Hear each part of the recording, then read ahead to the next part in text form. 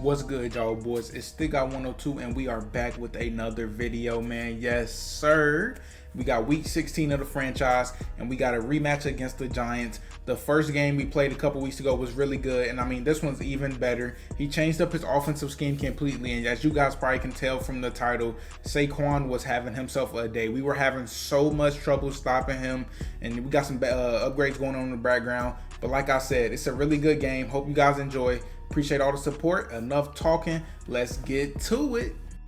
Not gonna lie, this game felt like a throwback to Madden 20, where people used to run 40 times a game with Matthew Breida and Tevin Coleman. I know you guys remember that, because I mean he was in this I-form wing and it was a stretch left, stretch right, HB dive, HB Bauer, and then the occasional toss, which I would never expect in a formation like this the entire time. Right there, Saquon breaks his first run. Mattis comes up clutch with a great tackle. Then he goes stretch back to the left. We missed the tackle with our user, and even when we have guys there, Saquon has, I want to say he had jukebox, spin cycle, and then when he gets activated, he's almost impossible to tackle one-on-one. Right here, he goes to the dive, and I mean this O-line has been blocking amazingly for him. It's like this is pretty much the only game where I really miss Fletcher Cox, because he would have helped a lot. Right there on 2nd and 1, he passes. The flats are wide open. I honestly was not expecting the pass. I was expecting this. That's right there is pretty much the best tackle we made all game. We hold him to a 3rd and 10. He's forced to pass. Everything is in a snuggie.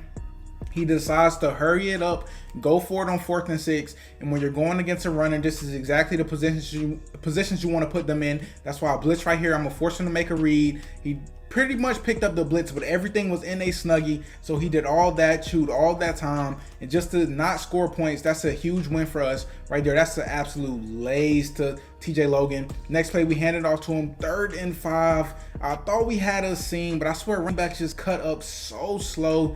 4th and 2, pretty much the biggest play of the game already, just to see if we can get some momentum, because we stopped him, so he'd be down in possession if we score. And I mean, we missed the wide open wheel route. I was waiting for the bomb to develop, and I mean, it honestly was never going to get open, even if I had time. That's a huge mistake on my part. So he gets the ball right back, and you already know where it's going. Saquon. On 2nd and 8, he passes, and even then it's still going to Saquon, and he gets the touchdown. He goes on the board first. So it's pretty much like that stop I got on the first drive was eliminated. It didn't even matter because he's still up 7. I probably should have checked what abilities Khalil Mack had before the start of the game, because I mean every time I handed the ball off, he was getting some type of sheds. Right here, we stay patient. We hit the little crossing route. That is a dot. I've been loving this spread formation. That's my go-to when I need to pass out this Ravens playbook. Right here, we handed off to TJ. He had one man to beat. He misses, and you know he is not getting caught. That boy is a speedster. Y'all say it with me, to the crib. And right there on 2nd and 3, like I said, we had the run completely bottled, but he spins back with this spin cycle. Right here, he goes to a little RPO, and I'm completely fine with that, except for him breaking the tackle, of course. But honestly, anytime the ball is in somebody's hand besides Saquon, he's putting his offense at a disadvantage. Right here, everything's in a snuggie.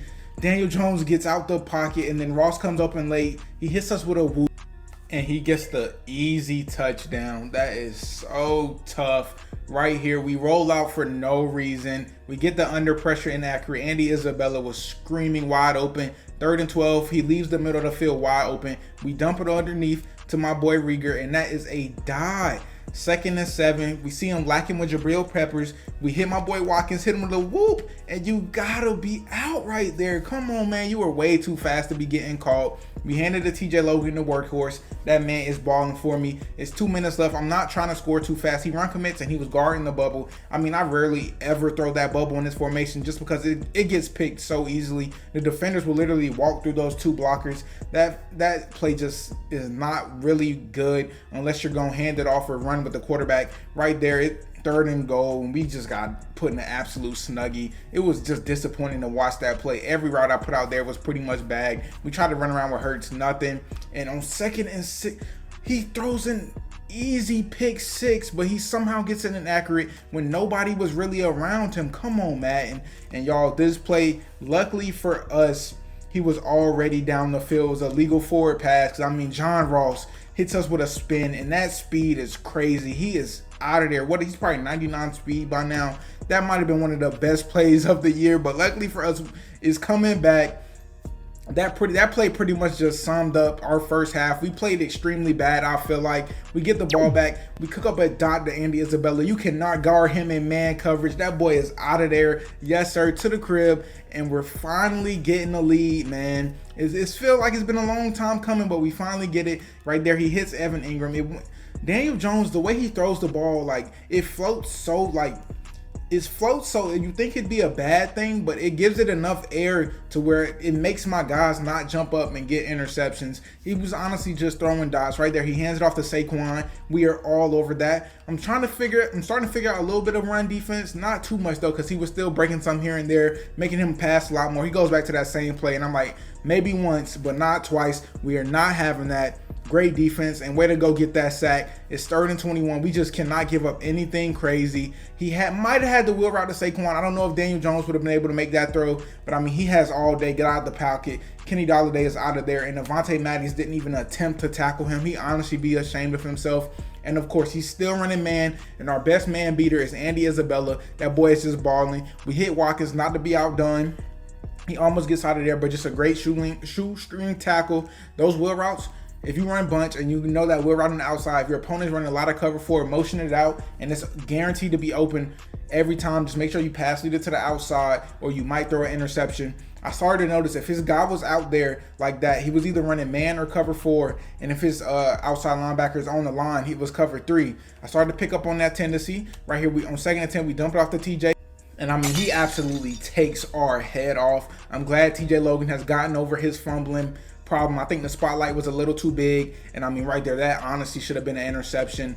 That play is really good, but it's also dangerous because you have to make the right read. The hitch route was wide open, the curl, but it's just you got a split second to make that read. Sometimes you make mistakes. On 4th and 3, we go for it. Just great coverage by him. We should have blocked TJ Logan. His guy screamed instantly off the edge. Now we're down 4, pretty much about to be going into the 4th. And as soon as we figured out some run defense, he started to implement this toss play, which was just extremely hard to stop. And right there, we met him at the line, but Saquon was just making our team look like a bunch of little boys. We got to start doing hitting drills. Oklahoma for the first 30 minutes of practice, because nobody can make a tackle. On 3rd and 2, we try to cook up a user rush. We go back. And what kind of a pass was that? It wasn't a lob. I feel like that was a bullet. It should have went straight to my hands. 3rd and 6, he rolls out. We send the guy. Daniel Jones holds onto the ball. And this right here is the biggest play of the game.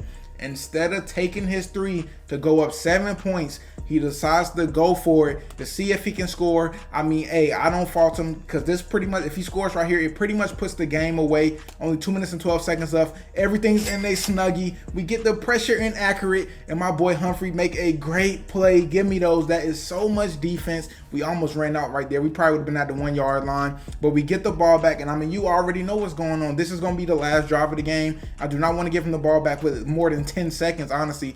At worst, I want to just have all his timeouts, and then right there, I can just play the outside of the field, any tackle inbounds, and that's game. But first, we got to get points.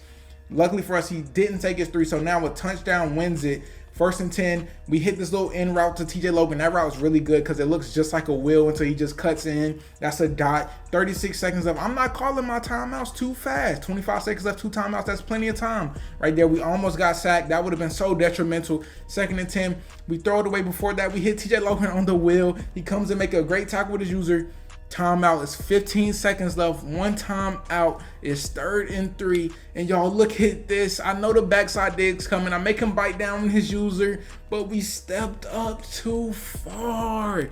That pushes us so far back. We go from a touchdown to a 4th and 8. And right here, man, I'm just thinking like we got to cook up a dot. You guys see me cycling through plays. I had no idea what I wanted to run. He's having a lot of trouble stopping that circle play with the backside dig. You guys see right now, I'm just going through the plays like, man, I need to cook something up. His guy's on the line, so it's most like he covered 3. I go to the circle play. I'm looking for Goddard first, but it looks like he manned it up a little bit. We get the wheel route to TJ, the wide open. You sometimes you pay so much attention to the receivers, you forget about the running back. And in the red zone, the running back wheel is probably the best route in the game. It just gets open against pretty much everything, unless it's like maybe like a cover 2 hook or man coverage. So now We on the 1 yard line. 4th in the game, undefeated streak on the line. Can we get a dot right here? We go back to a similar play. He sends the dogs, but doesn't guard TJ, and we get in the end zone. Yes, sir, man. And that's why I always say the best way, if you want to separate yourself between two good players, the most important thing is clock management. I'm telling you, that's probably the most important thing, especially in this Madden with how bad defense is. And to seal the game, we get an interception.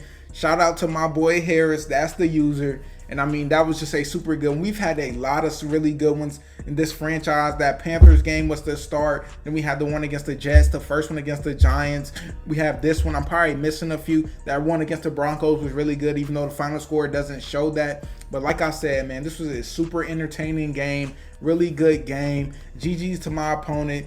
I was honestly expecting going into the playoffs, this was the guy I was going to have to play in the NFC Championship to make it to the Super Bowl. We'll see if that comes true. You know, I'm not going to spoil anything. But like I said, man, I love you guys. Appreciate all the support. After this, we just got some upgrades for a couple of guys, and then we'll be done. Next week, we got the Washington football team once again.